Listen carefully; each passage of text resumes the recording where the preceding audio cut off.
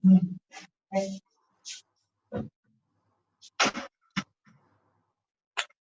alaikum. Can I request everybody to please mute their microphone?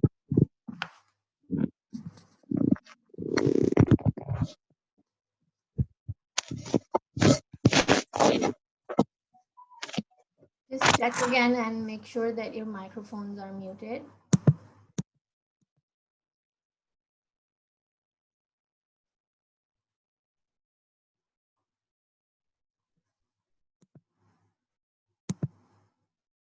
أعوذ بالله من الشيطان الرجيم بسم الله الرحمن الرحيم الحمد لله سبحان الذي هدانا لهذا وما كنا لنهتدي لولا أن هدانا الله لقد جاءت رسلنا ربنا بالحق. And we will praise to Allah who has guided us to this, and we would never have been guided if Allah had not guided us. رب اشرح لي صدري ويسر لي أمري واحلل عقدة من لساني يفقهوا قولي سبحانك لا علم لنا إلا ما علمتنا إنك أنت عليم حكيم. Whatever we know is only His knowledge. None of it is from us. Alhamdulillahi Rabbil Alameen. Wassalatu wassalamu ala ashrafil anbiya wal mursaleen khatimin nabiyyin Abul Qasim Muhammad. Allahumma salli ala Muhammadin wa ali Muhammad wa ala ahli baytihi at-tayyibin at-tahirin al-ma'sumin al-mazlumin alladhi adhhaba Allahu ankum ar-rijsa ahli al-bayti wa yutahhirakum tathira. Allahumma salli ala Muhammadin wa ali Muhammad. Can everybody hear me? If I can just get a message on the chat or a thumbs up.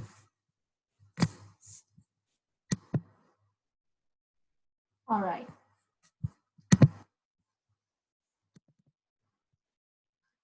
Bismillahirrahmanirrahim. Assalamu alaikum wa rahmatullahi wa barakatuh. We are starting our third session in our study into Quran.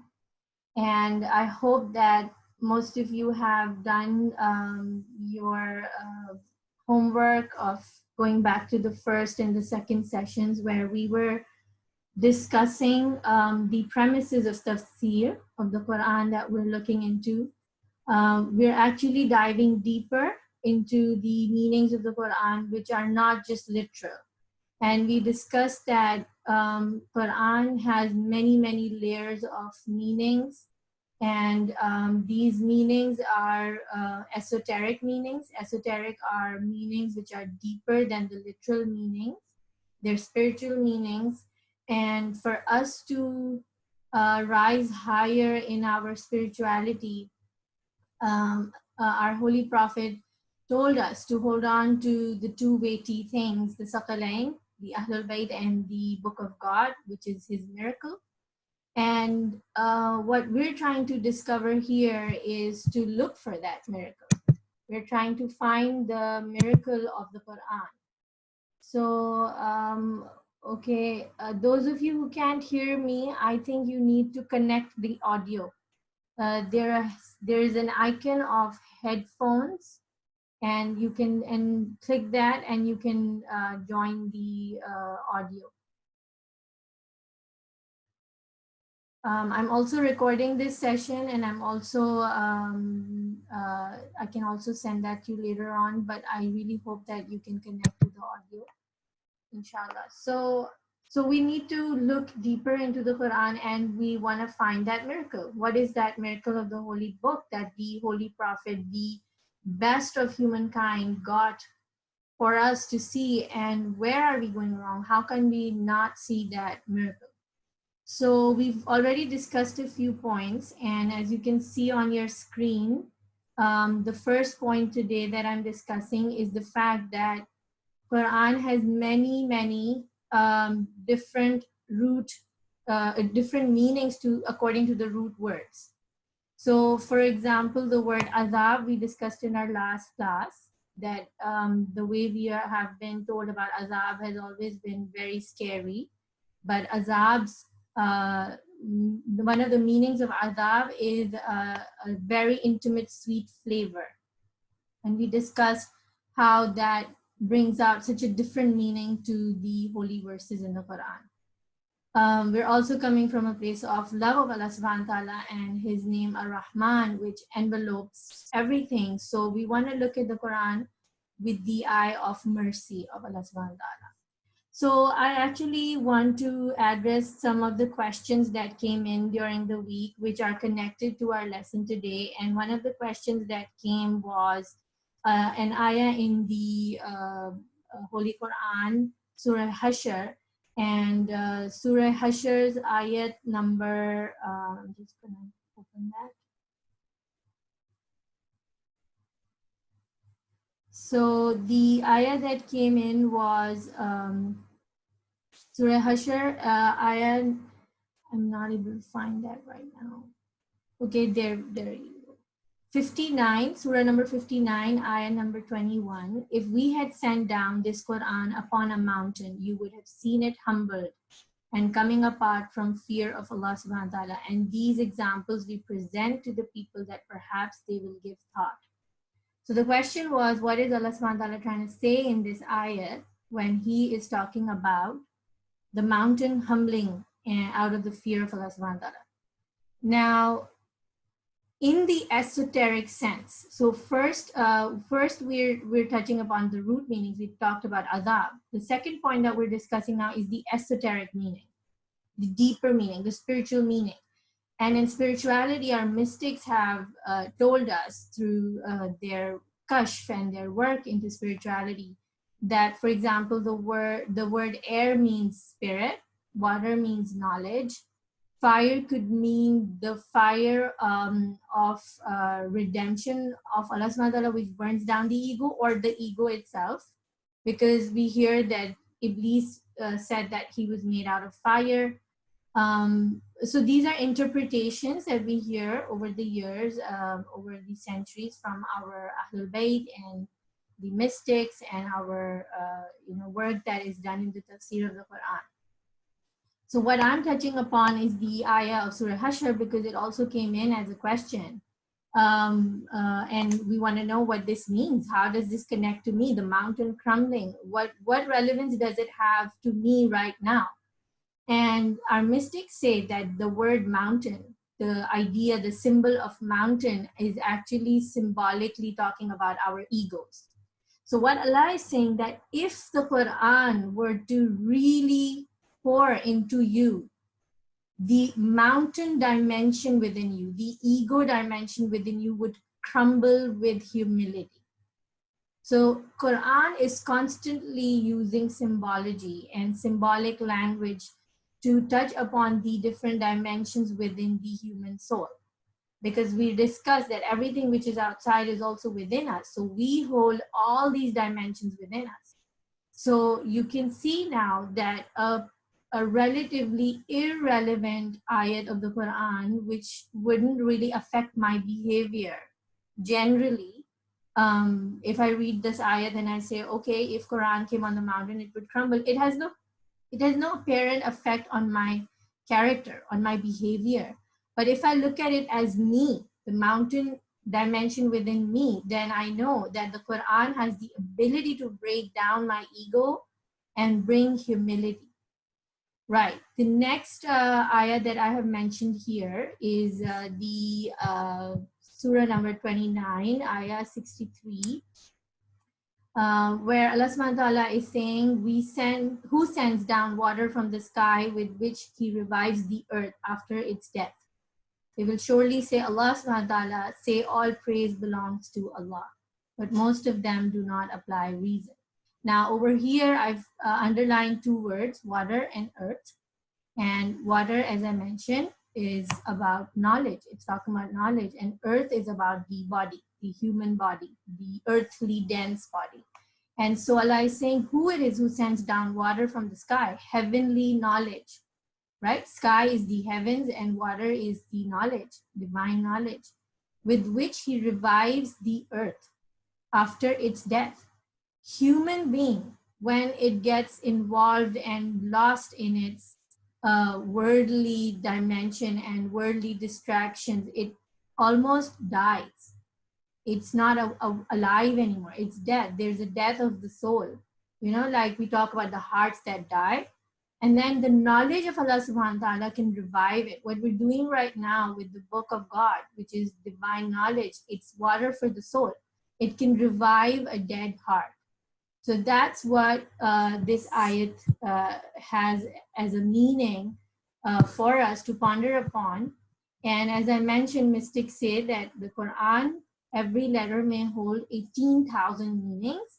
But that's just to say that there is an infinite capacity in this holy book to be interpreted, understood, applied, and we're just starting. This is just one person's perspective.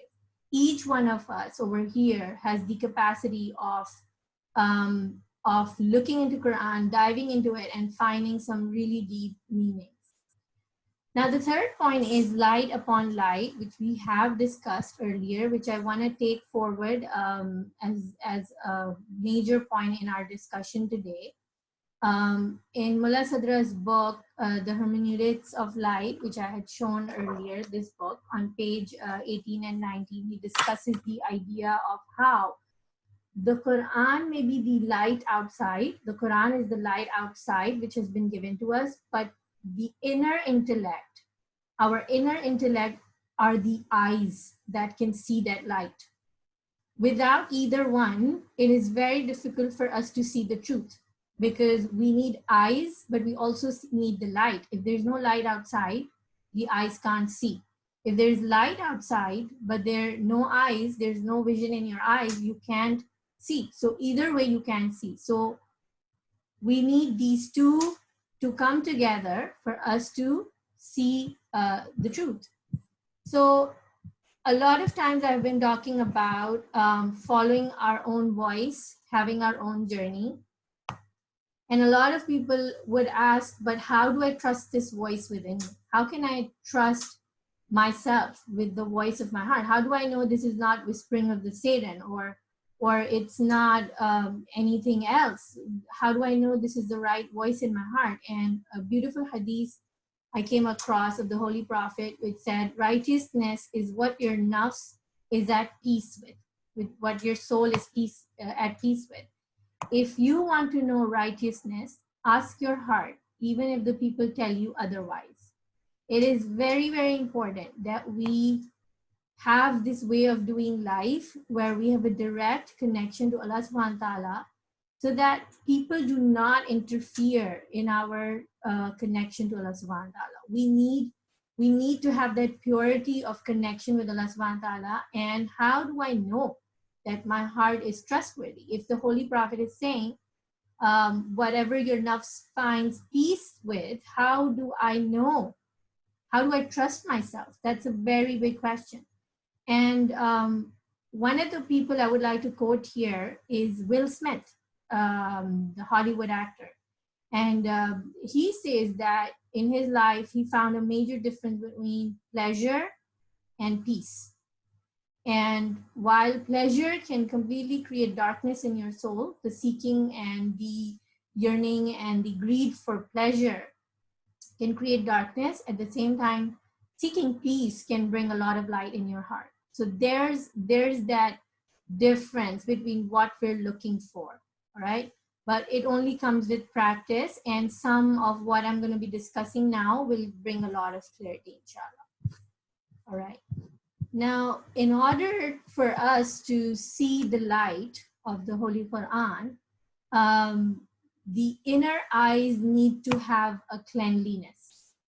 Allah subhanahu wa ta'ala in the Quran, in Surah number 17, ayah number 82, is talking about the need for purification. He says, وَنُنَزِّلَ مِنَ الْقُرْآنِ مَا هُوَ شِفَاءٌ وَرَحْمَةٌ لِلْمُؤْمِنِينَ وَلَا يَزِيدُ الظَّالِمِينَ إِلَّا خَسَارًا. So Allah is saying that we send down of the Quran that which is healing and mercy for the believers, but it does not increase the wrongdoers except in loss. There is loss after loss for those who are zalimeen, those who are wrongdoers. Now, what do we mean by that? What do we mean by zalimeen? So there is a path that is fruitful for the soul, which is peaceful for the soul. If we do not go on that path, we're doing zulm on ourselves. We're doing injustice on ourselves. And that, what I explained earlier, is the greed for pleasure. That is a zulm that we do on our soul. We waste our opportunity. And for us to differentiate, because what this ayah is actually telling us is that the same book of Quran can become a source of healing and mercy, but it can also be a source of misguidance. It can also misguide. Allah is saying, those who want misguidance, I will increase them in misguidance. So we can't just pick up the Quran and say that, oh, now the Quran is going to just guide me. But it's so important to understand the very point that you need a clean inner prophet, a clean inner self, the inner intellect, for it to see the light, for it to see the beauty of the light of the Holy Quran. Because if the inner eyes are tarnished, if the inner eyes are in any way damaged or blocked by any kind of darkness, and we cannot see the purity of the light of the Holy Quran. So we want to develop that faculty of the inner intellect so that this book is not sadly a source of misguidance, but a source of guidance for us. Right. Now, the next ayat is when Allah subhanahu wa ta'ala is saying that when you come to the Quran, the Quran, none shall touch except the purified. And so over here, our mystics say that, yes, there's a whole hype about doing wudu and being clean and being in a state of cleanliness to come near the Quran. But for the secular mind, for the mind who's openly thinking, would say that, but what about this beautiful book going into the hands of non-Muslims, people who are not Muslims, who don't do wudu, who don't do ghusl and all those things? Like, what about them? So can they not touch the Quran? Can they not pick up the Quran? It doesn't make sense, right?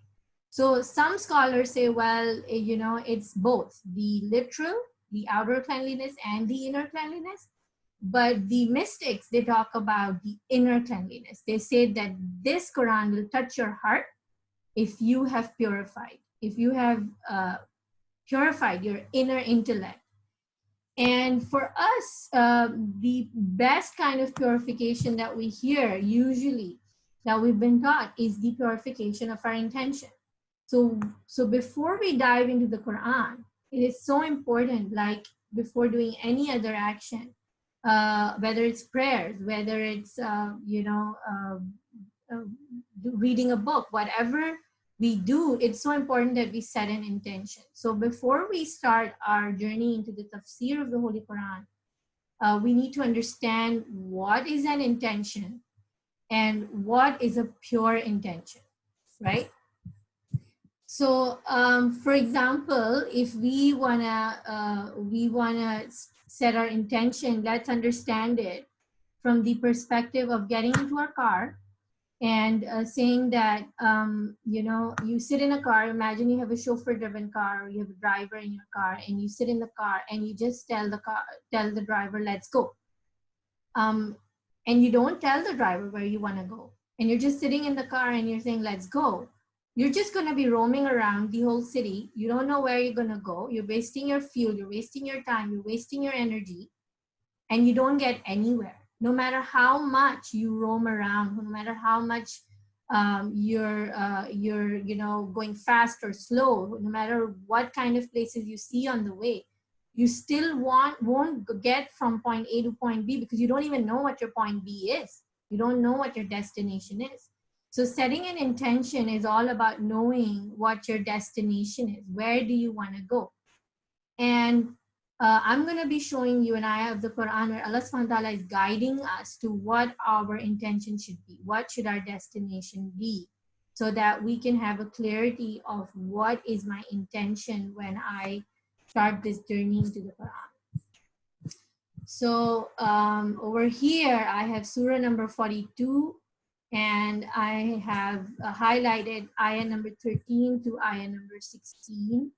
And all the way in ayah number 15, Allah subhanahu wa ta'ala is saying, and toward him is the destination. Wa ilayhil masir. So toward him is the destination, right? So we're going to talk about Allah subhanahu wa ta'ala as my destination. And I'm also going to talk about what clues Allah subhanahu wa ta'ala has given us before this, right?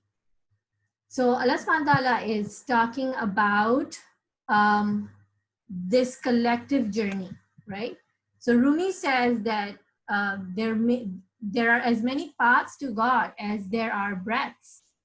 And with so many religions in the world, we hear Rumi saying that the light of Allah subhanahu wa ta'ala, the light is the same, but the lamps are different. And in the Quran, Allah is saying, He has prescribed for you the religion which He had enjoined upon Noah, and which we have also revealed on you, the Holy Prophet, and which we had enjoined upon Abraham, Moses, and Jesus. Now notice that over here, Allah subhanahu wa ta'ala is talking about Hazrat Nuh, and then He doesn't talk about chronologically, He's not talking about the next prophet in line, He's talking about the Holy Prophet. And then He's talking about Hazrat Abraham and Moses and Jesus. So chronologically, this is not in line. He's put the Holy Prophet right in the middle. Because earlier in our last class, we discussed that Allah is making no distinction between the prophets, because the religion of Islam is the same from Hazrat Adam till the Holy Prophet. We just know that the religion of Islam came as the most modified, most upgraded, most advanced model of that very same religion, Islam. So Islam is original, it's the same. And we can see that Allah is making no distinction. He's not chronologically putting the Holy Prophet in this ayah right in the end saying, you're the latest one, because we will be discussing this in our further study, that arrogance has no place in religion.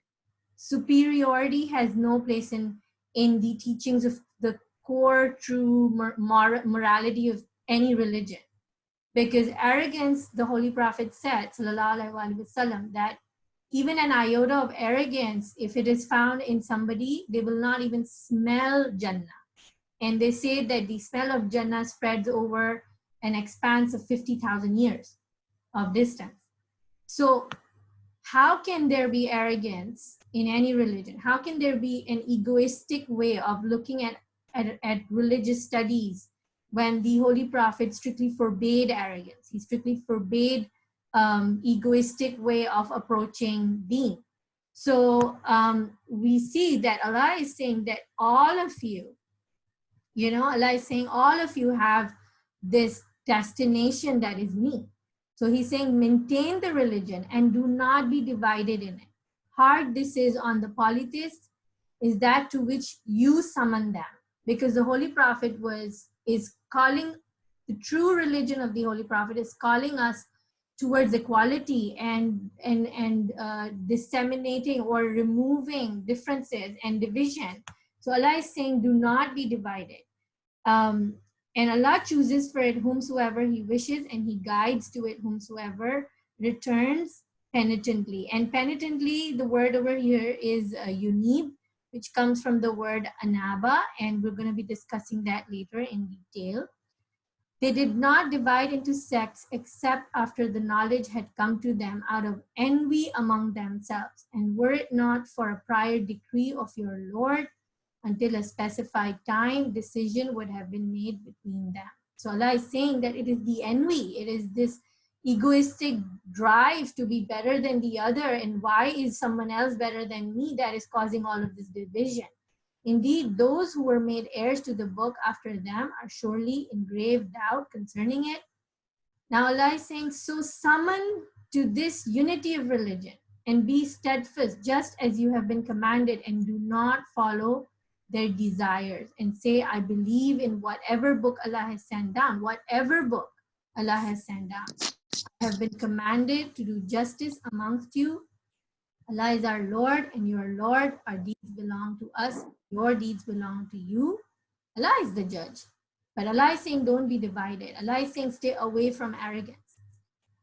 And reading on further, there is no argument between us and you. Allah will bring us together, and toward Him is the destination. So why I read this out is because it's so important to understand that the universal truth is the same, and our destination is the same. Allah subhanahu wa ta'ala is one entity, whether you belong to Hinduism, Buddhism, Christianity, Islam. The God is the same, the deity is the same, the universal consciousness is the same, and we all have our religions, our different paths, our own inclinations that will take us only to Him, because Allah subhanahu wa ta'ala is saying we are already striving towards Allah subhanahu wa ta'ala, and that's going to come in one of the ayats in our future slides. Can I request all of you to please mute your mics, because when we see the recording, little little sounds, they cause disturbance in the recording. So if you can please check again, if your mics are not muted, please mute it, because I can see some people whose mics are not muted. All right. Now, so there is no compulsion in religion. Allah subhanahu wa ta'ala is telling us, like Rahafiddin. And Allah is saying, I make no distinction amongst all my prophets. And now we also come across this ayah of the Quran where Allah is saying, O mankind, indeed, we have created you from male and female and made you peoples and tribes that you may know one another. Indeed, the most noble of you in the sight of Allah is the most righteous of you. Indeed, Allah is knowing and acquainted. This is Surah number 49, ayah 13. And the reason to bring all of these ayats together is to create a case for the universality of the knowledge being expounded by the Quran. The knowledge which we are receiving from this book is universal. It is for everyone, because the soul in all of us is universal. All right. So now we decided that there is a universal knowledge, and we decided that Allah is our destination. But now we're going to look further into the purity of intention. What is a pure intention? That's what we're going to look into. And for that, I want to look at this little cup over here that I've drawn. And I want you to think about the words Ahad and Ikhlas, which is used in Surah Tawheed. And in Surah Tawheed, Allah subhanahu wa ta'ala calls this surah Ahad and Surah Ikhlas. Ahad means one and unique, and Ikhlas means pure. And we want to find out what a pure intention is. How can we enter this book, the Holy Quran, with purity? Because Allah is saying purity is the way to go into the Quran, because your intellect, your inner eyes need to have that purity so that you can extract pure messages from this book. And what I understand from the words Ahad and Ikhlas is that when you have a glass of water, if the glass of water has one ingredient, which is only purely water, then you would call it pure. It's pure water. If you include in it one more, or add just one more drop of another ingredient, the purity goes away. So as long as it's one, it's pure. The minute it becomes two, it's impure. That's just how it is. Two makes it impure, but one keeps it pure. Therefore, when we are deciding on an intention for anything, we need to have only one intention. There can be no two in our intention, anything. And right now we're discussing the Quran and the intention for the Quran, but in future we will be discussing how in every action we want purity of intention. And we get an example of the purity of intention through the ayah in the Holy Quran, where Allah subhanahu wa ta'ala in Surah number 6, ayah 162 is saying, Qul inna salati wa nusuki wa mahyaya wa mamati lillahi rabbil alameen. Say, O Muhammad, verily my salah, my prayer, my sacrifice, my living, and my dying are all for Allah, the Lord of the Alameen. So over here, Allah is teaching us through the Holy Prophet what a pure intention looks like. That anything you do, your prayer or your dying or your living, your sacrifice, everything is only and only and only for Allah subhanahu wa ta'ala. There can be no other intention. If you want a pure intention, purity means the intention is only and only Allah as the destination, Allah as the intention. And there's a hadith by Imam Ali where he says, verily some people worshipped uh, Allah being desirous of his reward, the Jannah. So this is the worship of the traders. And some people worship Allah fearing his punishment. So this is the worship of the slaves. But a group worship Allah in gratitude to him. So this is the worship of the free. In some translations, they say that I found Allah worthy of worship. I found this God worthy of worship. He's so magnificent and omnipotent. I just want to worship him. I find him worthy of worship. That's it. There is only him. So Imam Ali further goes on and says that do not be a slave to others when Allah has created you free. And the worship of the free man is the worship of the one who is not tied down by his greed for heaven or is not scared of the hell. Because Allah created heaven and hell so that through these ideas, through this reward and through this, being scared of hell, we would find a way to God. So hell and heaven were introduced for us to go to God. But what we started doing is that we started using God to go to heaven. And we started using God to not go into hell. And so our destination just completely got switched. Instead of Allah being the destination, Jannah became the destination. And instead of, wanting to go to Allah subhanahu wa ta'ala, we just got scared of hell and we started using Allah and we're saying, you know what, I'm just gonna pray to God so I don't end up in hell. And that just became our intention. So the purification of intention would then mean that we become free. We become free of our fears and we become free of our greed. And we become those free worshippers of Allah subhanahu wa ta'ala who only worship him because we find him worthy of worship. We find him worthy of putting our heads into sajda and saying, I submit and surrender to you, Ya Allah. Okay. Further on, we now look at certain stages of intentions, right? So it just doesn't happen overnight. We need a guidance. We need a way of getting to this purified intention. So, it's like starting from kindergarten and going all the way to college. So becoming more and more mature with our intentions. So what we do is that, as kids in our spiritual journey, we start out by saying, I want, for example, I want a loan so I can get a car. And so we go and we ask people for it. We ask banks for it, and we become dependent and attached. And we think if the bank doesn't give me a loan, there's no way I can ever get a car or a house. So our attention of creating somebody as the source is not Allah right now. It's just people. So we're just asking people like, you give me this, you give me that. We want love. We become attached to people. Give me love, give me love, So there's an attachment. There's a neediness towards the creation of Allah subhanahu wa ta'ala. That's the first stage. Then we say, okay, I want love and I want a car and I want a house, but I want it from Allah subhanahu wa ta'ala. So there's an elevation, there's an ascension in our intention, and we move from people to making Allah the source, right? Then comes a point when we're like, okay, maybe I don't want so much from the world. I just want to stay safe from hell. So Allah keep me safe from hell. Then we go further and we say, well, I want heaven. Allah give me heaven, so we ask Allah for heaven. So even now, the source is Allah, but the destination is heaven. Destination is not Allah. And in our final stages, the desire becomes so purified that we say, I just want Allah. I just want to meet my God. I just want to know my Rabb, and that's how gradually we end up purifying our intentions. And we can move backward and forwards. We can move between these stages. There's no if you go back, then that's the end of the journey.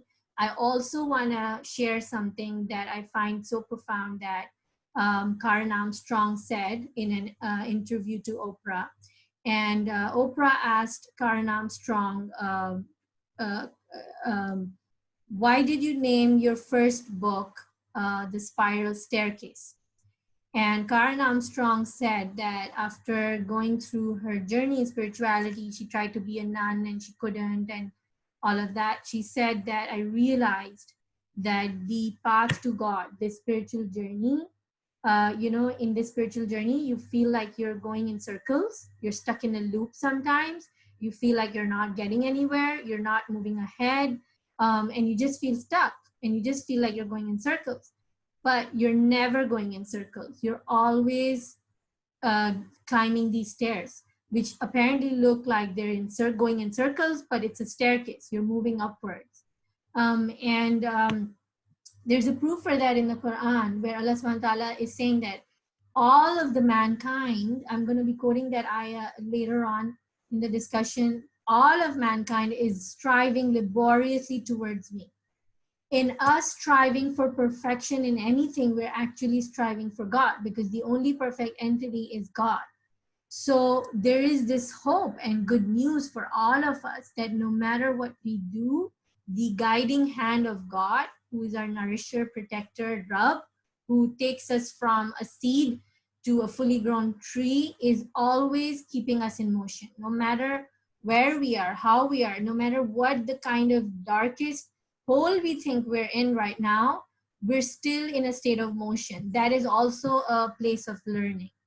There's a beautiful hadith that I want to share with you all over here, where the desire of, asking for Allah subhanahu wa ta'ala, the desire of meeting God is so beautiful, where the hadith says that Allah is saying in Hadith Qudsi, who yearns for me finds me, and the one who finds me gets to know me.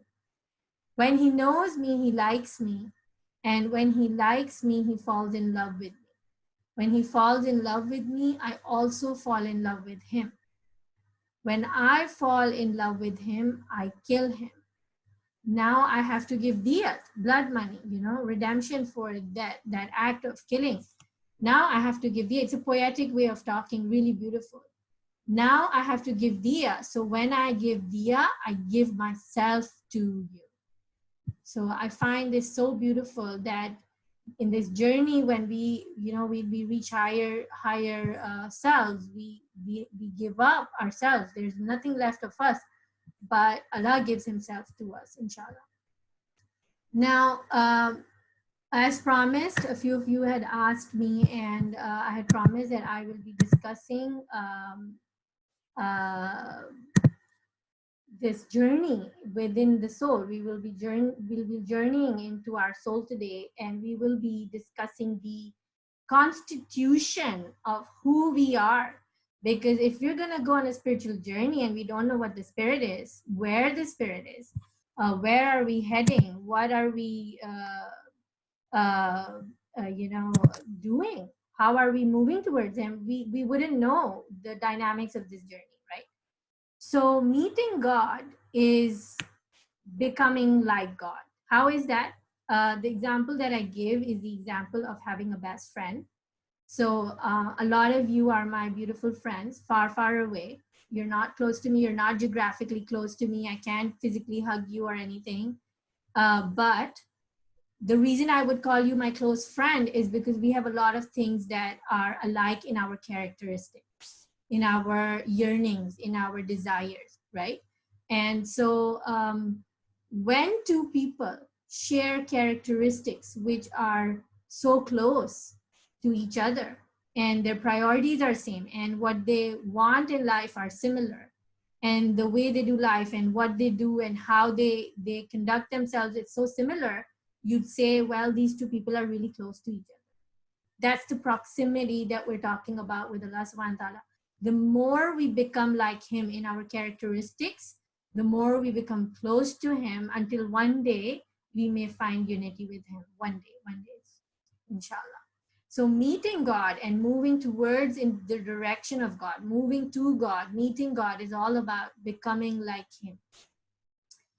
And it is all about shedding the layers on us, which are preventing us from becoming like him.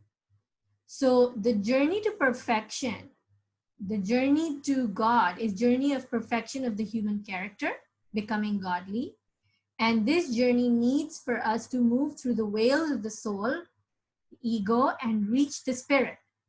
So it's almost like, I will share with you this, the triangle, right? So our teachers, they explain that we have an outer body and we have an inner soul, and then there's a divine within us. In the Quran, Allah subhanahu wa ta'ala says, وَنَفَخْتَهُ فِيهِ ruhi. I'm going to send you guys the ayah number on the group later on if I don't find it here in my presentation, where Allah is saying that I breathed my spirit into you. That's the divine within us. So that divine within us is always pure. It's always white. It's always shining its light within us. It doesn't get tarnished. That light is always there because Allah has put His spirit in us. All right. A lot of teachers, so one way of explaining it is point number A.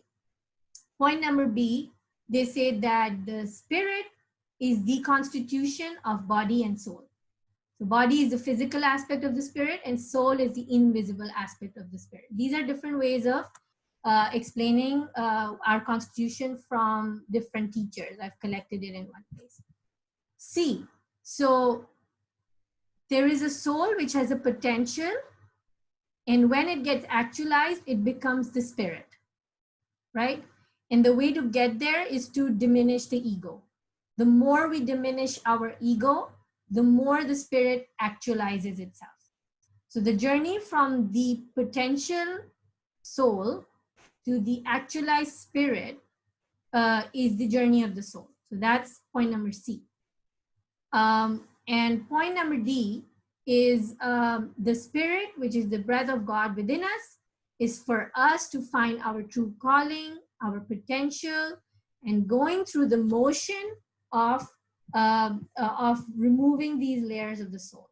Now, I have shown this image because for me, the way after reading through so many descriptions of the journey of the soul, the constitution of the soul, what I understood is that to reach the spirit, the true white spirit, the pure white light of God within us, there are veils and there are layers that have to be shed. We don't have to gain something to get there. We have to shed, right? And the reason I have shown it in 7 different layers is because I'm going to share this with you. Certain teachers who talk about the nafs, the constitution of our soul, they talk about the 7 nafs, right? So they talk about nafsul amara, which is the lowest self, then nafsul lawama, then nafsul mulhama, then nafsul mutma'inna, then nafsul radhiya, then marziya, and then zakiya, right? So they give it 7 different names. So it's an ascension. It's a journey of ascension. It's rising higher, going above each layer and shedding these layers, right? As we shed one layer, we rise higher. There's an ascension. And there's a beautiful symbology to the reason we say ascension and not descension. We say that we're going higher because in the Quran, now this is where I'm connecting the 7 journeys to the Holy Quran. So you can see the good news on the top, that the ayah that I've put, it says, Ya ayyuhal insan innaka qadihan ila rabbuka qadhan famulaqi. O mankind, indeed you are laboring towards your Lord with great exertion and will meet him. And how are we doing that? Allah is doing that. Allah is taking us moment to moment towards him. That's his promise. So that's the good news. Now in Surah Baqarah, ayah number 29, Allah says that he is the one who created for you all that is in the earth. Then he turned towards higher regions of the universe and perfected them into 7 heavenly firmaments. Now, according to the mystics like Ibn Arabi and Mullah Sadra and so many others, when Allah subhanahu wa ta'ala talks about the earth, like we said, is the body, the dense body of this dunya, the physical vessel that we see in form, and the seven heavens are the seven realms of your soul. The seven heavens is the ascension from one to another, to another, to another. So you're going higher and higher. That is why when we hear the story of the Mi'raj of the Holy Prophet and we talk about the seven heavens, some mystics interpret that as the seven levels of the consciousness. And that is why we hear that Angel Jibreel said in the last one that I cannot enter into the last heaven, because it's a state of proximity to Allah subhanahu wa ta'ala, which we achieve by unveiling, by shedding these layers. And each heaven is higher and higher and takes us closer and closer to Allah subhanahu wa ta'ala. It's an inward journey. It's an inward journey. It is having that ascension within through these seven heavens. There's a travel that we do within. The second ayah is the seven heavens and the earth and all that exists in them persistently extol the glory of Allah, and there is not a single object in the entire universe but it glorifies Him. So every state that we're talking about, the earth and the seven heavens, there is connection to Allah subhanahu wa ta'ala. Like we said, there's a motion. Even in the darkest places where you might be going through the dark night of your soul, that too is a journey towards Allah subhanahu wa ta'ala. It's all in the praise of Allah. And I wanna mention here the word to sabbahu, sabbaha, the root word is sabbaha. It means motion, right? So we've translated as glory of Allah, but it's actually motion towards Allah subhanahu wa ta'ala. Sabbaha means movement. So when we do tasbih and we use the rosary, we use the tasbih in our salah, we're actually using a symbolic way of motion, of moving towards Allah subhanahu wa ta'ala. There are so many more ayat in the Quran which talk about the word number 7. You should go and look at it. And what numerology does for us is that it helps us connect these dots. So everything is a sign of Allah subhanahu wa ta'ala. Everything Allah has created has its signs. So these numbers also hold very strong, messages for us. Then in Surah 23, Allah is saying, and surely we have created above you 7 paths, and we were not unaware of the creation. Now, the 7 paths, they translated as the 7 planets, Earth, cosmic system, and cosmology is a huge subject in mysticism, and our scholars and our mystics talk about it in detail. And what I want to connect this to is the next ayat, which is Surah number 41, ayah number 53, where Allah is saying, we shall show them our signs in the horizons and within themselves until it becomes clear to them that it is the truth. What this ayah 41 is saying is that what you see outside is also within you.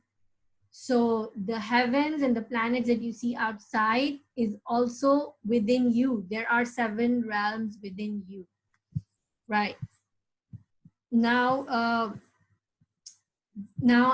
gonna share with you from this book Jami' al-Saadat. It's a beautiful book. In English, it's called A Collection of Felicities, I think. And I will post about that too on the group, more details about the book. And there's this passage where we're talking about the faculties of the soul. And in this book, the faculties of the soul are not divided into 7. They're divided into 4. And I'm going to explain that to you later, how it's 4. But what it's saying is that the intellect, the inner intellect, is the crown, is the one that has to be in control. And then there are the faculties of anger, the faculties of imagination, and the faculties of greed, right? And I'm going to show you through this diagram here. So I've taken this diagram from Dr. Joe Dispenza's book, Becoming Supernatural, but I've also put my notes in there so you can see how I'm connecting the chakras, the 7 chakras that we hear about in meditation all the time. And we hear about the 7 chakras because, you know, for spiritual ascension, we need to have meditations and all of that. And yes, it's very important for us to understand it, but then how do we understand it from the Islamic standpoint? How do we make sense of it? So that's what I'm showing to you in this diagram, that if you see, even Joe Dispenza is talking about the lowest 3 faculties separately. All right, he's discussing them separately with the colors red, orange, and yellow. And so, you know, the worldly animalistic desires that are shown by the red dot, right?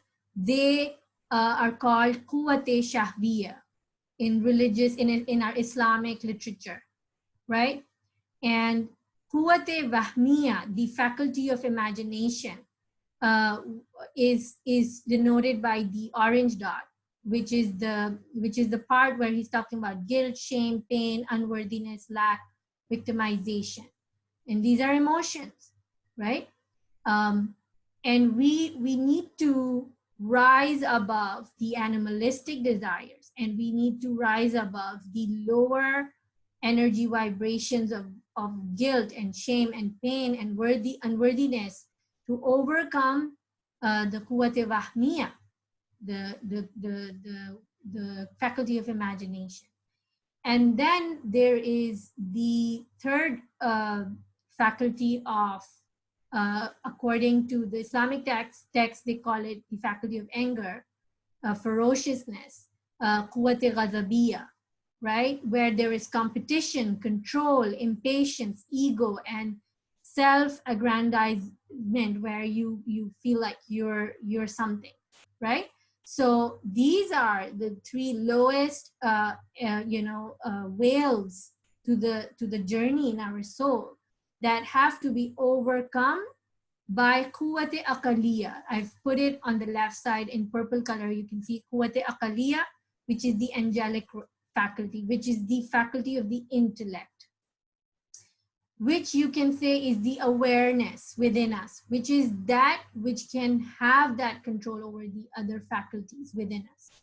And the Holy Prophet, you know, when he came back from one of the battles which he fought, and he came back and he was talking to his friends, and he said, I have come back from a jihad, but now I am going into jihad al-akbar, which is jihad al-nafs, which is my own inner journey, inner struggle, which is my greatest struggle to overcome my animalistic desires, to overcome my imagination, which takes me everywhere all the time, and I'm unable to stay awake and alert in moment to moment, because so many times we're on autopilot. So many times we're doing life on an autopilot where we are not aware of what we just did. And that's doing life asleep. So to wake up from that world of imagination, and then also overcome our ego. And in our future discussions, we will be dissecting ego in more detail so that we know exactly on a practical level, on a day-to-day level, what does ego look like?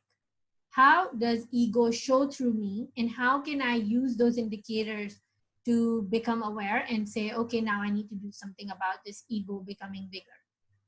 Ego has so many facets and dimensions and ways of expressing itself. So I would like some feedback from you all now, if I should stop, because I have some questions that I'd like to answer. And also, first of all, I'd like to open the floor for questions for today's lesson, because I've just been going talking, and I don't know how much was making sense, because I tried to take you all step by step through the Quran and Hadith, through universal wisdom, to make it a more, try to make it as easy as possible. But if I could have some feedback on the chat, where I can get some feedback from you all, how the lesson was. If you have any questions, please, you can unmute your mics now. And and I'll take this lesson forward next week. If you all can ask any questions you have, otherwise I can move to the questions that were asked during the week. Assalamu alaikum. I hope you can hear me again. Walaikum salam, Amna. Thank you so much for being such an active participant. It really helps. It was an amazing lecture, mashallah. I learned a lot. I just wanted to ask, what do you mean when you say the ego? Is it like our sense of self, or what is your definition of the ego? Because we get so many different definitions, right? And then when you talk about dissolving the ego, Right. so yeah. So according to some mystics, ego is that faculty within us which we are constantly working against so that we can grow. So for example, the dumbbells in a gym, they're painful, but by using them again and again, we build a muscle. And ego is that painful, annoying faculty within us, which is just there to help us build that muscle of building humility and surrender within us. So some people call it the that veil that separates us from other people and creates a sense of separation and superiority. But if we read the book Power of Now by Eckhart Tolle, he explains that ego can even show up as self-pity, being sadistic, wanting to be sad all the time, asking for attention in any way, right? And not feeling self-fulfilled, not having a healthy self-esteem, right? And self-esteem is very different from having overconfidence. So according to my understanding, and even role playing, like as a mother, if I act like a mother all the time, as an artist, if I act like an artist all the time, there's a role playing that happens which we don't realize. That is also a dimension of the ego, and so there's so many ways of understanding the ego. But if I were to give you a parable, and if you were to say that, the existence is like an ocean, and we're like the waves or something, then we're almost like a bubble on the surface of the ocean, and that layer of the bubble is the ego that separates me from my ocean. So inshallah, I hope that answers your question, but I think it will become more clear as we move along, because as you said, there are so many definitions of ego, and Dr. Wayne Dyer has given very practical ways of looking at our daily life and noticing what that ego is. So one of them was attaching ourselves to our titles, attaching ourselves to our things that we own, our property, attaching ourselves to my identity, having a very strong identity. And it becomes difficult to understand these things, because we're like, okay, if I don't have an identity, then who am I? How can I not have an attachment to my identity? So breaking the ego is a very painful experience according to the mystics. So inshallah, Amna, I hope that answers, and I'm quite sure that in the future we will get more insight into this. And yes, we have an answer from one of our participants that whatever causes inner separation also is the ego. Yes, thank you so much for that. Why would trauma or molestation be considered animalistic? Okay, that is part of the presentation that I have shown to you from Dr. Dispenza.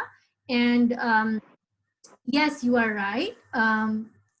The idea of overcoming animalistic self is something which the Islamic texts are saying, right? But the special mention of molestation over here in the text is coming from Joe Dispenza. So everything that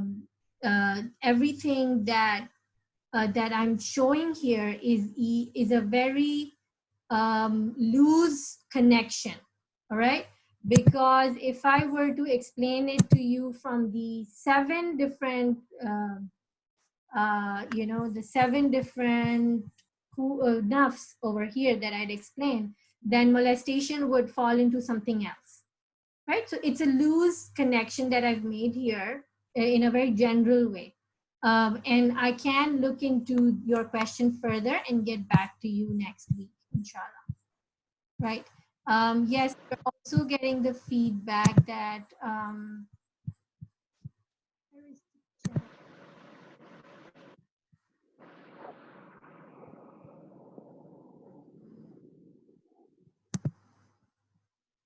it's difficult to absorb so much information. Each illustration could be discussed a bit more.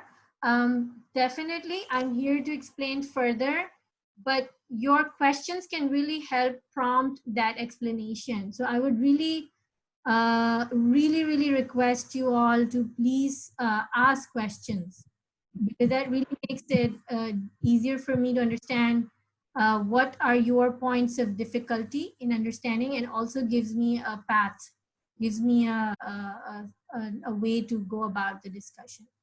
So if you have any specific questions, that would be really great. Yes, I can see a Galaxy S9 raising their hands. I can't see your name. So yes, Galaxy, go ahead. Okay, I had a question. You were talking about pure intention, and you said that for making any intention, it should be one intention, you know. Yes. And I was just listening to a lecture a few days ago where they were saying that, for example, if you're taking a purification bath, you can make an intention of, you know, shedding off your sins. You can make an intention of giving the sawab to your deceased relatives. In fact, you can have a lot of intentions in the same purification bath that you are taking. Right. So how do you explain that? Okay. Is that not a pure intention? You're making a lot of intentions in there? Right. That's a beautiful question, and I'm so glad you asked, because we need to explain that, right? So there's a term, like I said, there are various levels to the intention, right? In the presentation I showed you, there are various levels to our intentions, and if you look over here, we are asking Allah subhanahu wa ta'ala for everything after point number one. Point number two onwards, we're saying, I want heaven from Allah. I don't want to be in hell. Save me, Allah. Or I want a certain thing. Give it to us, Allah. So all of this again is asking Allah, but there's a higher level to an intention, and as you go higher, it becomes more and more pure. And if you notice that we've been taught that whenever we make an intention for anything, for salah or ghusl or anything, we say qurbatan ilallah, to get close to Allah, right? So in the end, we can say that, oh Allah, I am, doing this for sawab, for the deceased people, people who've gone ahead. I'm doing it for, barakah in my risk, or etc., etc., etc., to come closer to you.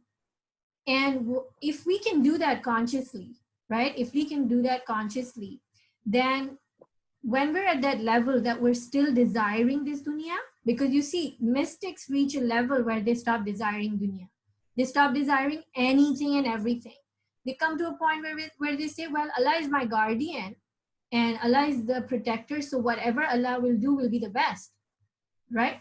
So for them, then in their du'as, they only ask for proximity to Allah. So their du'a only becomes qurbatan ilallah. But on the way there, when we can't get rid of these desires in our heart, we do feel scared, we have fears, we want health, we want wealth, we want safety for our children. When we are desiring all these things on the way in our journey to Allah subhanahu wa ta'ala, and we've not reached that place where all the other desires have already left our heart, we have them, then at least we can fake it till we make it.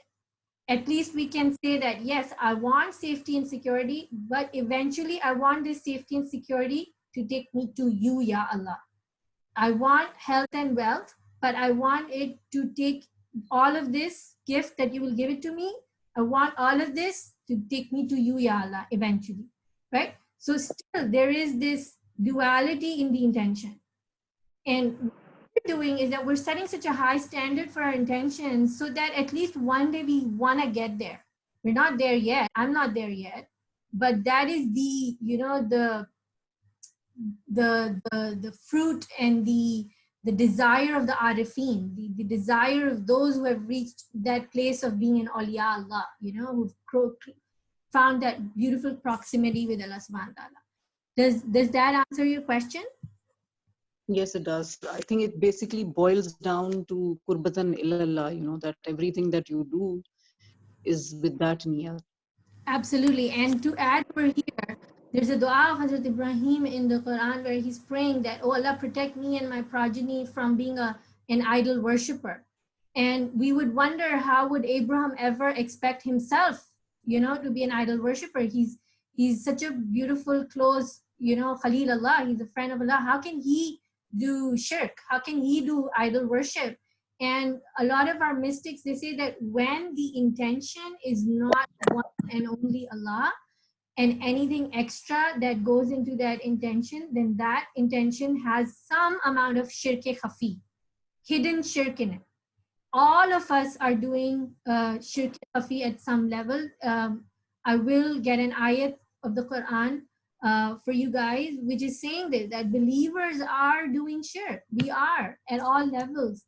And it's all about that purification eventually that will take us to that one pure intention. Purifying our intention is a journey. It doesn't happen overnight. It takes time, right? Okay, any other questions?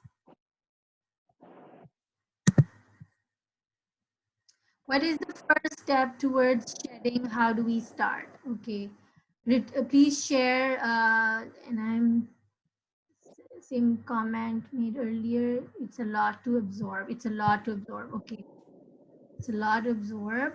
So that's one comment. And please do share these written illustrated notes. Yes, I will share the notes with you all. What is the first step towards shedding? How do we start? The first step is to set the intention, which we're doing right now. That's the first step. We can try, but Allah will take us where we need to go. So that's the first step, right? There are spiritual practices that we will be discussing. If you've heard of the Tao, it's an ancient Zen religion. They have the Book of Tao, which talks about ways of,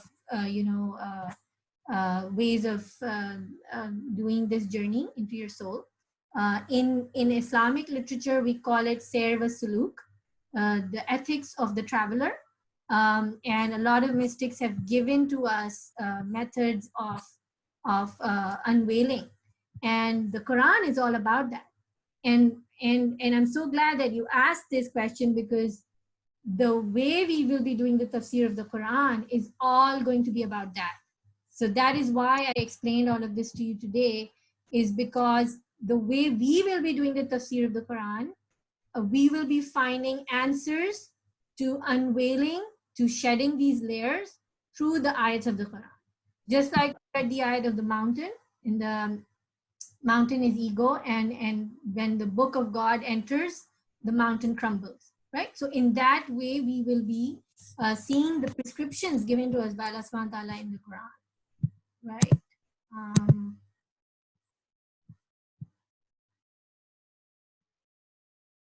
Okay, yes, thank you so much.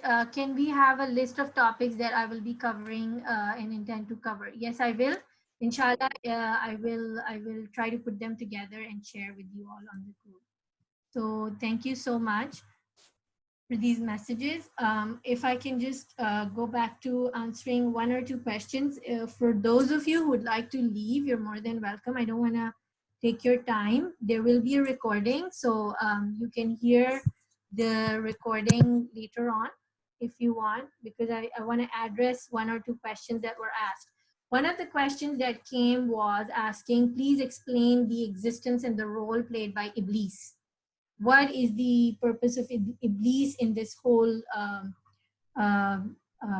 this whole story of life, what is he doing there? So Allah subhanahu wa ta'ala has created this world, and he says that I created this world for you and I created you for me. So everything that Allah subhanahu wa ta'ala has created in this world is serving a purpose. And so Iblis also has a purpose. And in a lot of ways, what Iblis denotes is this ego.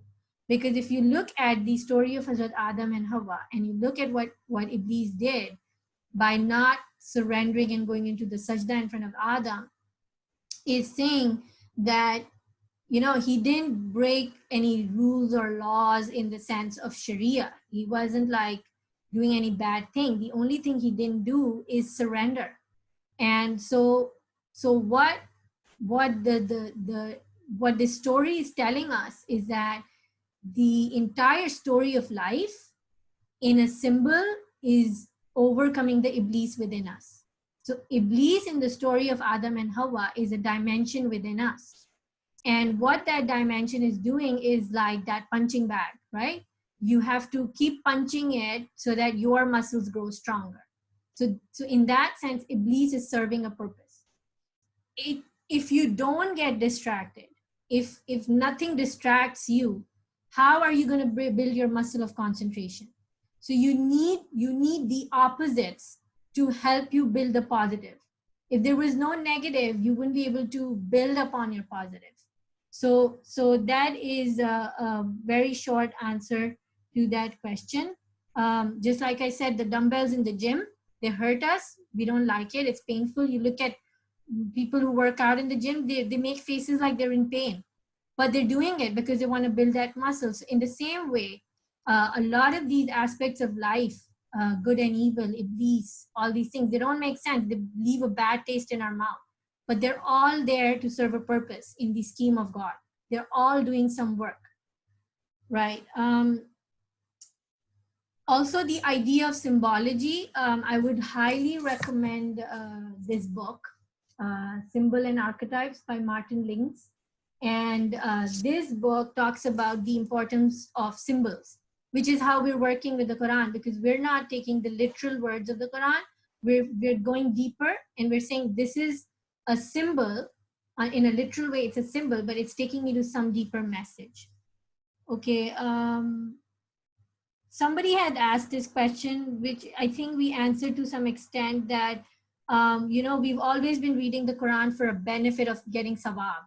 That I want to get some sawab, and, you know, I want to get some points. Like I'll read Yasin and I'll get some sawab for this and that. Again, that is a beautiful intention, and Allah says that you get those benefits. They don't go anywhere.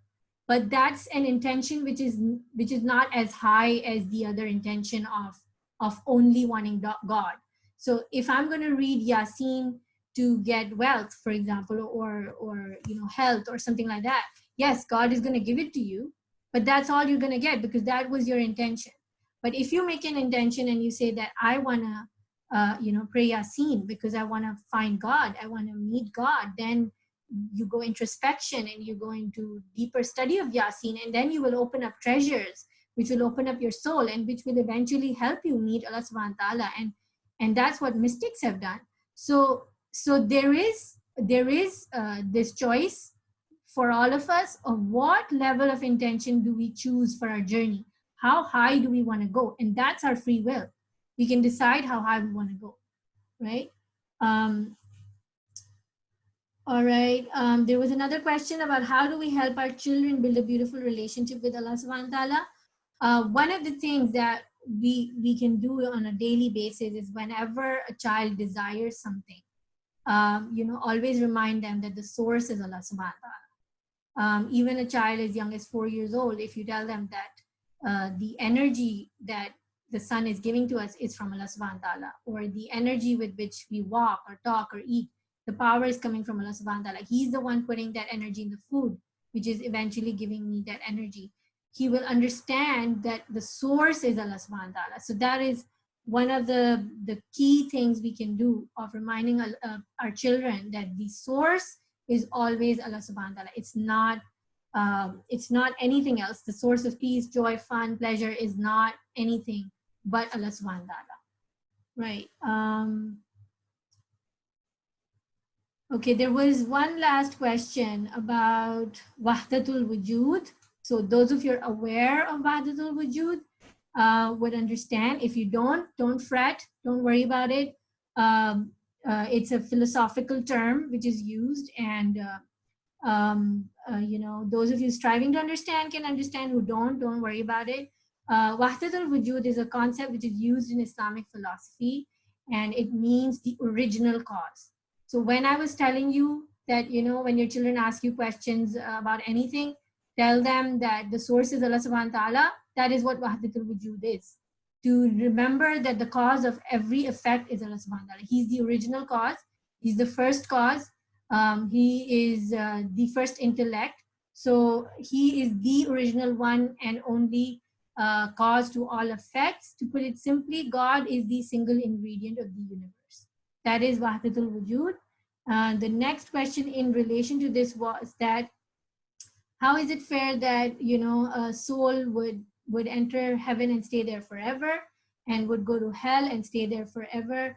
You know, if God is merciful, then how does he do this for eternity? How does this make sense?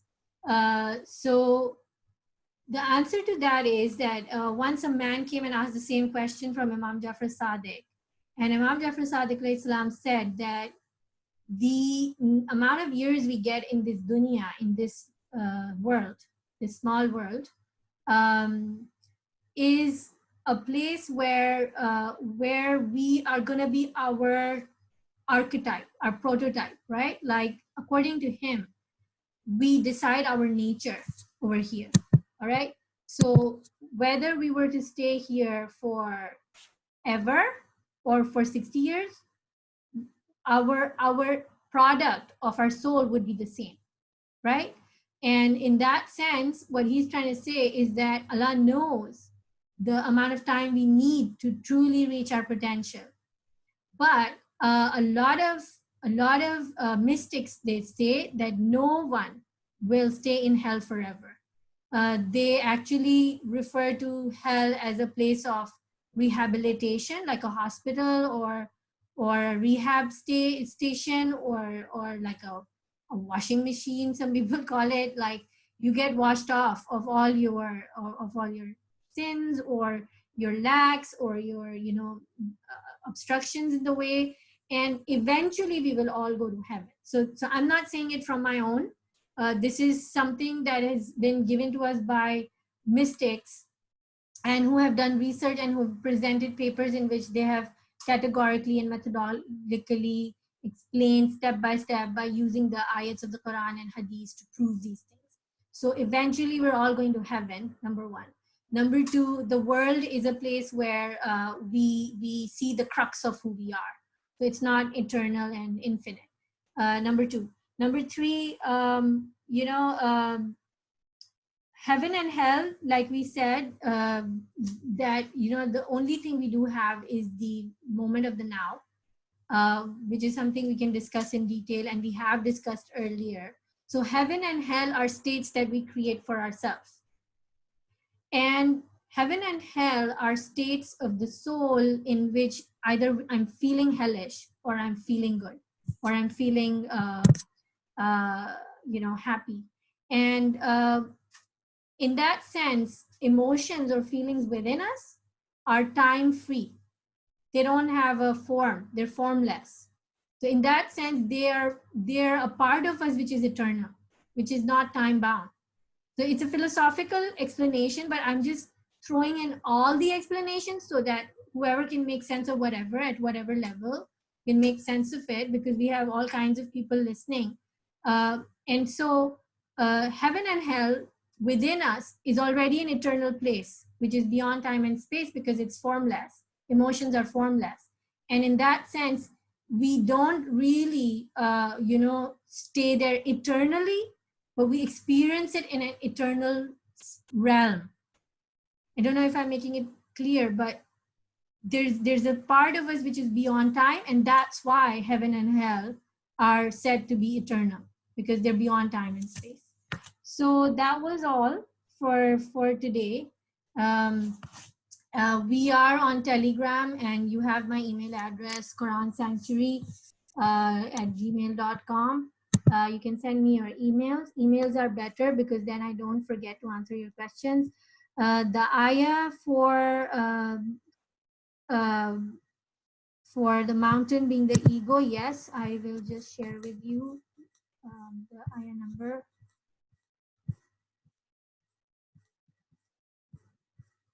Oh yeah, it's not here. Just a second.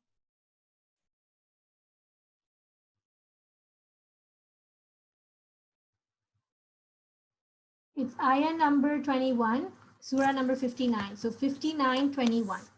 That's the reference for the ayah for the mountain being the ego, and which I mentioned earlier. So let us put our hands up for dua as we close our session. Bismillahir Rahmanir Rahim.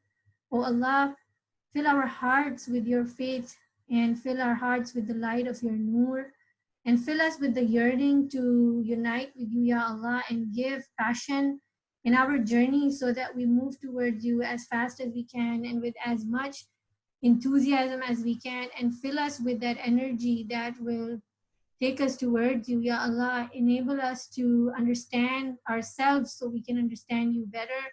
Oh Allah, enable us to reach you and enable us to become a source of light and healing for all those around you.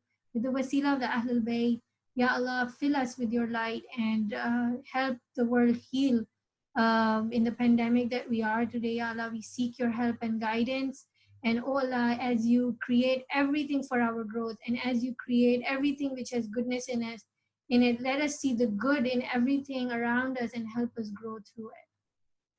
Ameen Ya Rabbal Alameen. Assalamu alaikum wa rahmatullahi wa barakatuh. Fi amanillah, everybody. Allah Hafiz.